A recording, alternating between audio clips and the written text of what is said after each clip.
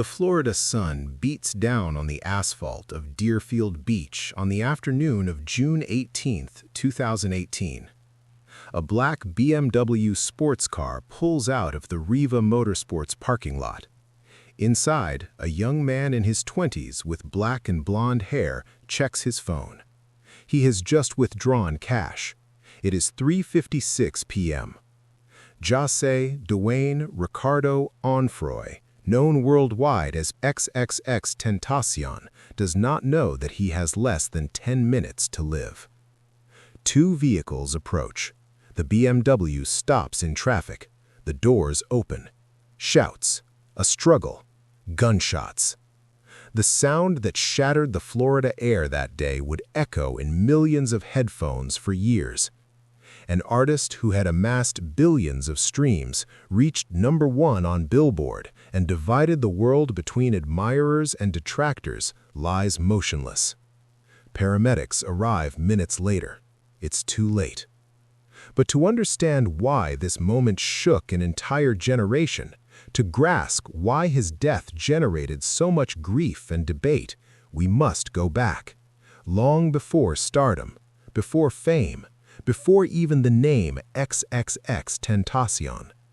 We must return to where it all began, to a broken child in a city that does not forgive. Plantation, Florida, suburbs north of Miami, late 1990s. Jahseh was born here on January 23, 1998. His mother, Cleopatra Bernard, is Jamaican. He is 16 years old. His father is absent, in and out of prison for drug-related problems. Jahseh is growing up fast, too fast. By the age of 6, his mother is working multiple jobs. He is left in the care of relatives and friends. Stability is a word that doesn't exist in his vocabulary. Schools change, houses change. The only constant is absence. At 6 years old, he attacks a boy who bullied him at school. The incident is violent, disproportionate. He is expelled. It is only the first of many episodes. At 9, he tries to stab a man who was threatening his mother. Violence becomes his language when words fail. But there's something more, something that school reports and disciplinary incidents don't capture. At home, when he's alone, Jahseh finds an old piano. His fingers touch the keys. There are no formal lessons, just intuition. He sings in the school choir when they let him stay long enough. There's music inside him, fighting to get out through all that anger. At 13, Jahseh is sent to a juvenile detention center for the first time. It won't be the last. Theft, assault, weapons possession. The charges accumulate like invisible scars on a file that grows thicker every year. Inside these centers, the teenager finds something unexpected. Other young people like himself. Broken, furious, misunderstood.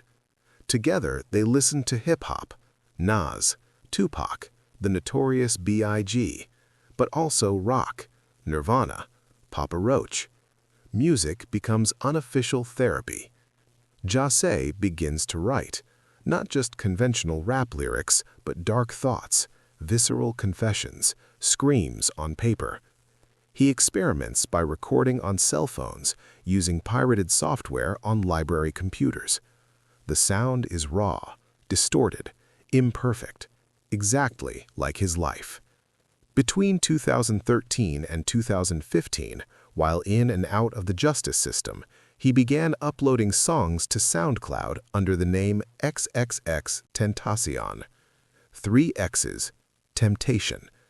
The name is a declaration. I am everything you were told to avoid. The first songs get dozens of listens, then hundreds. Something's happening. 2015. Jahseh is 17 years old. He lives in a small room in Pompano Beach, Florida. There is no furniture, just a mattress on the floor and an old laptop. He sleeps little. He records a lot. On SoundCloud, a platform where anyone can upload music without record labels or permission, a movement is being born. Young rappers from all over the United States are sharing songs that radio stations would never play. The sound is aggressive, experimental, and rule-breaking. They call it SoundCloud rap. XXXTentacion becomes one of its most prominent names. His songs sound like nothing else. Look at Me is a distorted scream of less than 2 minutes. The production is intentionally aggressive, almost industrial. The lyrics are confrontational, violent, designed to unsettle. But there are other songs. Skin is a soft, vulnerable ballad. I Don't Want to Do This Anymore exposes raw depression. Snow is almost jazz. The versatility is disconcerting. Who is this artist? A rapper? A singer? An emo poet? The numbers on SoundCloud explode. Thousands become tens of thousands. Tens of thousands become millions. The comments reveal something extraordinary. Teenagers from all over the world saying that these songs saved their lives, that finally someone understands their pain. But there's also controversy. Look at Me is accused of promoting violence. Critics point to the lyrical aggression and nihilistic tone. XXXTentacion doesn't apologize. He says he's being honest, that he's showing the real pain of his generation. And then, just as his career begins to take off, everything stops. October 2016. Jahseh is arrested. The charges are serious: aggravated assault, false kidnapping, witness tampering. The victim is his girlfriend, Geneva Ayala. The accusations are disturbing, detailed, and violent. The young artist, hailed as their voice by thousands of fans, is exposed. The accusations paint a picture of systematic abuse and brutal domestic violence. The case goes public. The debate erupts. Can art be separated from the artist? Does someone's music matter if that person has committed terrible acts? These questions will dominate the rest of his career, the rest of his life. But in prison, awaiting trial, XXXTentacion does something no one expected. It begins to change. Broward County Detention Center, December 2016. Jahseh has been incarcerated for 2 months. The accusations against him are brutal, public, impossible to ignore. But while he's inside, something strange is happening outside. Look at Me explodes, not gradually, but like a bomb. Videos on social media show thousands of teenagers screaming every word. The song becomes an anthem of pure rebellion. Plays on SoundCloud surpass 10 million. No radio, no official video, just digital word of mouth and an energy that can't be contained. Inside his cell, Jahseh writes, not just lyrics, but manifestos, messages for his fans sent through friends. He talks about depression, childhood trauma, wanting to be better. The letters are contradictory. One day he speaks of peace and love, the next of having no regrets. His supporters fiercely defend him on social media. They create the hashtag #FreeX. They argue that the justice system is unfair, that the accusations are exaggerated. Others respond with Geneva's statements, with photos, with evidence. The internet becomes a battleground. March 2017. Jahseh is released on bail. He's 19, has pending criminal charges, and a fan base that has grown significantly during his incarceration. The first thing he does is record. The EP Revenge was released in May.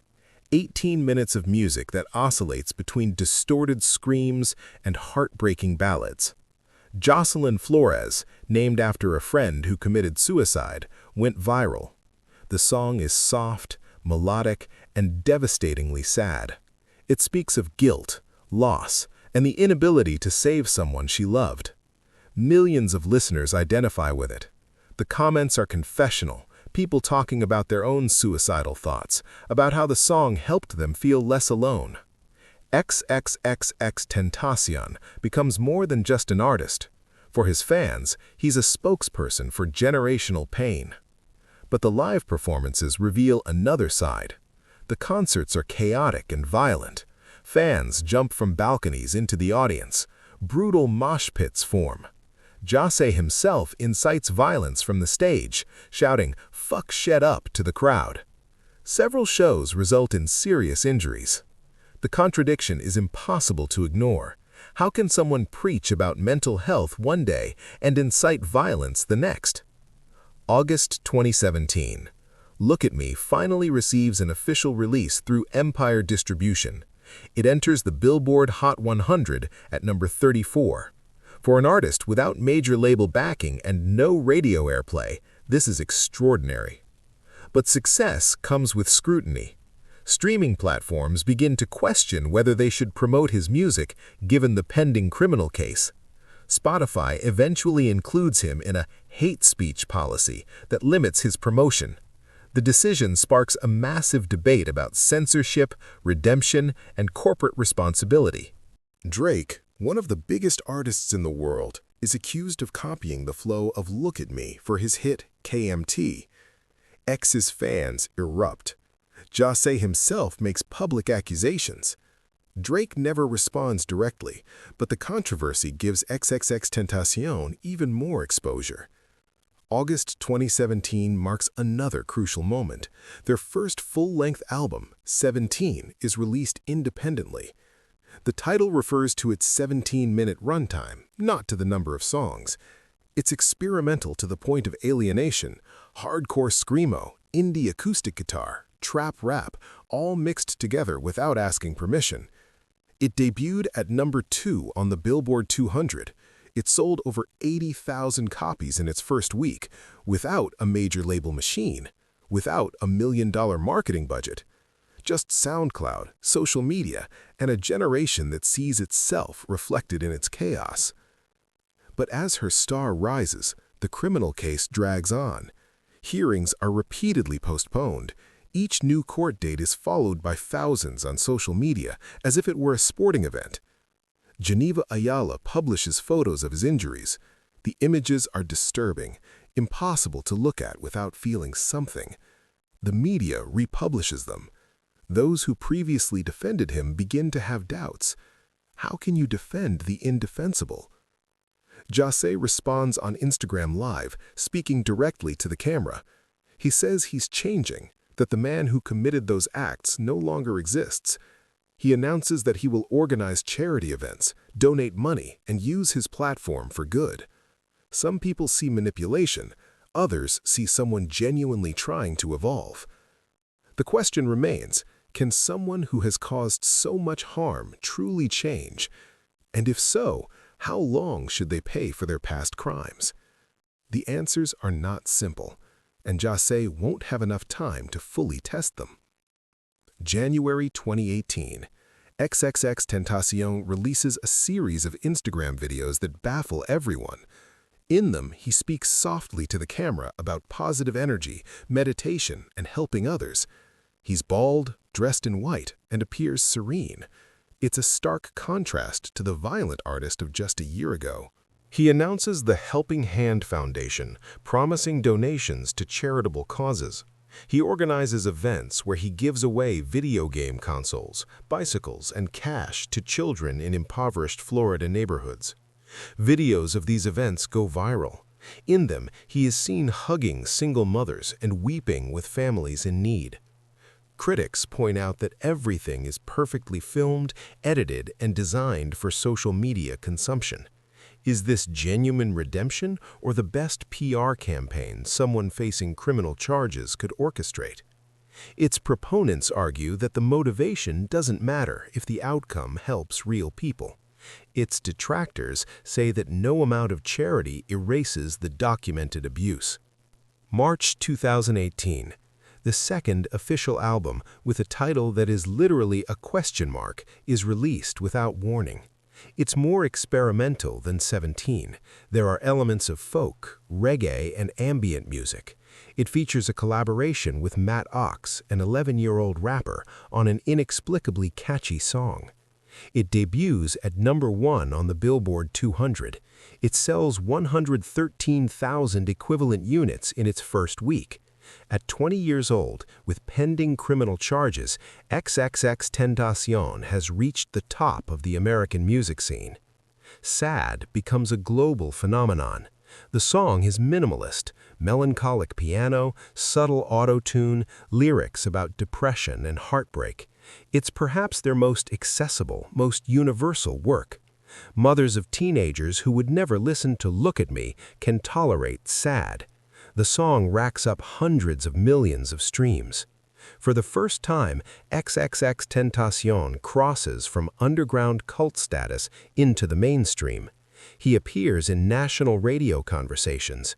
Music magazines that previously ignored him now have to acknowledge his impact. But the proclaimed change has cracks. In March 2018, video footage emerges showing him hitting someone backstage at a concert. New assault allegations surface. Witnesses to past incidents speak out publicly. On social media, he alternates between messages of peace and outbursts of anger. He attacks other artists. He threatens to retire. He deletes his Instagram account, then reactivates it days later. The pattern is erratic, unpredictable. The media is struggling with the narrative. How do you cover the death of someone so polarizing? Obituaries mention both his musical achievements and the criminal charges against him. There's no clean way to tell this story. 4 suspects are arrested within days. The motive? Robbery. Jahseh was carrying a Louis Vuitton bag with $50,000 in cash. It wasn't personal, just a transaction. Deaths resulting from impulsive decisions on both sides. June 27, 2018. BB&T Center in Sunrise, Florida. Thousands lined up for hours for the public memorial. Some traveled from other states, other countries. They carried signs, T-shirts with his face on them, and flowers. The coffin is open. Jahseh is wearing a red jacket. He looks small, young, vulnerable. None of the bravado from his songs. Just a 20-year-old boy who is no longer here. His mother, Cleopatra, speaks. Her voice breaks constantly. She says that her son was changing, that he needed more time, that the world didn't give him enough of a chance. It's impossible not to feel her pain, regardless of what one thinks of her son's actions. Fans scream, cry, some faint. The scene is chaotic, but heartfelt. For this generation, he is their Kurt Cobain, their Tupac, an artist who died young, violently, before his story was complete. Days after the funeral, Sad resurfaced. It jumped to #1 on the Billboard Hot 100. In the week of his death, XXXTentacion had multiple songs charting simultaneously. Streaming numbers broke records. Skins was released in December 2018 as planned. It debuted at #1. It was short, barely 22 minutes, and experimental to the very end. Some songs were just fragments, incomplete ideas. It was painfully fitting. The album, like its creator, felt unfinished. Bad Vibes Forever is still out in 2019. It includes collaborations with artists who probably would never have worked with him while he was alive. The album is polished, professionally produced, and somehow loses some of the rawness that made his work unique. Death has turned him into a product as much as a legend. The royalties generate millions. His estate launches merchandise, documentaries, and compilations. The boy who was born into poverty in Plantation, Florida, leaves behind a fortune estimated in the millions of dollars. How can XXXTentacion be summarized? Geneva Ayala eventually spoke publicly about her experience. Her words are chilling, detailed, and consistent. For survivors of domestic violence, seeing Jahseh celebrated is traumatic. But his fans, many of them grappling with depression, anxiety, and their own trauma, insist that his music literally saved their lives. The numbers back this up. Suicide hotlines reported increased calls after his death, with young people citing his songs as reasons for seeking help. Musically, his influence is undeniable. The SoundCloud rap he helped popularize dominated the charts in the following years. Artists like Juice WRLD, Lil Peep, and dozens more followed the formula he helped establish: extreme vulnerability, genre experimentation, and a rejection of traditional hip-hop rules. His son, Gekyum, was born months after his death. The photos show a child who will never know his father except through songs, videos, and conflicting stories from other people. In 2025, 7 years after his death, XXXTentacion had amassed over 36 billion streams. Every day, millions of people listen to his voice.